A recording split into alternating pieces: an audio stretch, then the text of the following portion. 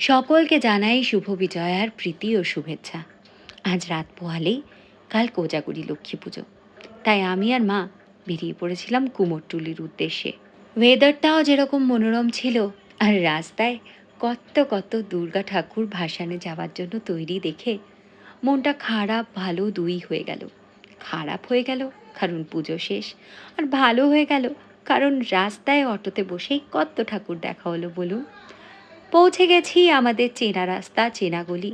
আপনারা যারা আমার ব্লগ এর আগে দেখেছেন তারা নিশ্চয়ই আমাকে বহুবার কুমোরটুলিতে আসতে দেখেন। আগে হ্যাঁ, বছরে 4 বার তো আমরা আসিই আসি।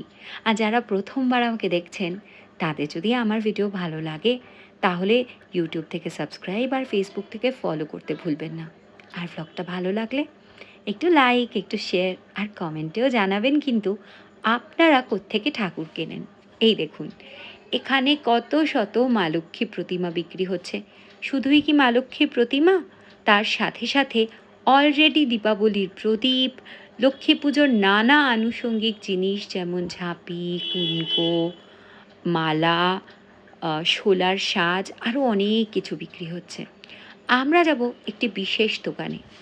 আজ আমাদের বাড়ির লক্ষ্মী পুজো 30 বছর পার করবে। 1995 সালে পুজো করতে শুরু করি। প্রথম 3 বছর লোকাল ঠাকুর কিনেছিলাম, তারপর থেকেই আমার মা কুমোরটুলির এই একটি বিশেষ দোকান থেকে ঠাকুর কেনে। এই যে এসে গেছি। দোকানটির নাম হারুপাল ক্রিয়েশন। এককালে এই হারু মামা ছিলেন শিল্পী। হারু মামা আজ আর নেই।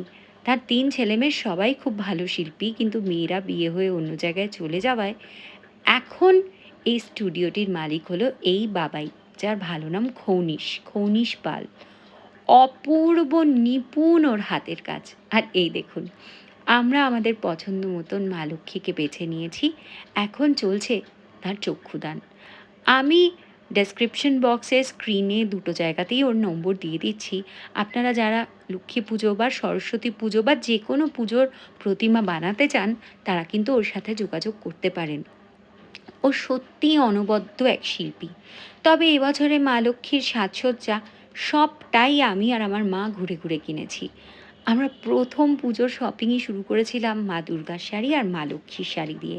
খুব ইচ্ছে ছিল জানেন, যখন ছোট থেকে এখানে যেতাম না, এই যে দেখুন এটা অন্য একজনের লক্ষ্মী ঠাকুর, তারটা দেখেও যে আমিও একদিন এরকম শাড়ি গয়না নিয়ে আসবো মাকে সাজাতে। তখন ঠিক জানতামও না কোথায় পাওয়া যায়, নিজে রোজগারও করতাম না। তাই যবে থেকে জানতে পেরেছি কিভাবে কিনতে হয়, কোথায় পাওয়া যায় এবং নিজে রোজগার করতে শুরু করেছি, তবে থেকে চেষ্টা করি মা লক্ষ্মীর শাড়িটা গোছাতে, মা সরস্বতীর শাড়িটা গোছাতে। এই ঠাকুর সাজানোর কাজে আমার পরম আগ্রহ। আমার খুব ইচ্ছা আছে একবার আমি সকাল সকাল এসে আমি পুরো ঠাকুরের সজ্জাটাই নিজে হাতে করব। দু একবার করেছি, কিছু গয়না হাতে বানিয়েছি, পরিয়েছি, কিন্তু পুরোটা কোনো দিন করা হয়নি। তা যাই হোক, 3.5 ঘন্টা ধরে মাতৃদেবীকে সাজিয়ে গুছিয়ে অবশেষে বেরিয়ে পড়লাম জ্যামে। কারণ সেই মা দুর্গা পাড়ি দিচ্ছেন বাড়ি। লক্ষ্মী দেবীকে ফেরত গিয়ে আবার আসতে হবে তো। তাই আজকের ব্লগটা এ পর্যন্তই। সকলকে জানাই কোজাগরী লক্ষ্মী পুজোর অগ্রিম শুভেচ্ছা। সবার বাড়ির সকলে সুস্বাস্থ্যের অধিকারী হন, আপনাদের বাড়ি সম্পদে ধনে জনে ভরে থাকুক। আমার ভিডিওটা ভালো লাগলে একটু লাইক করবেন, একটু শেয়ার করবেন, আর কমেন্ট বক্সে জানাবেন আপনাদের বাড়ির লক্ষ্মী পুজো কিসে হয়। দেখা হবে খুব শীঘ্রই।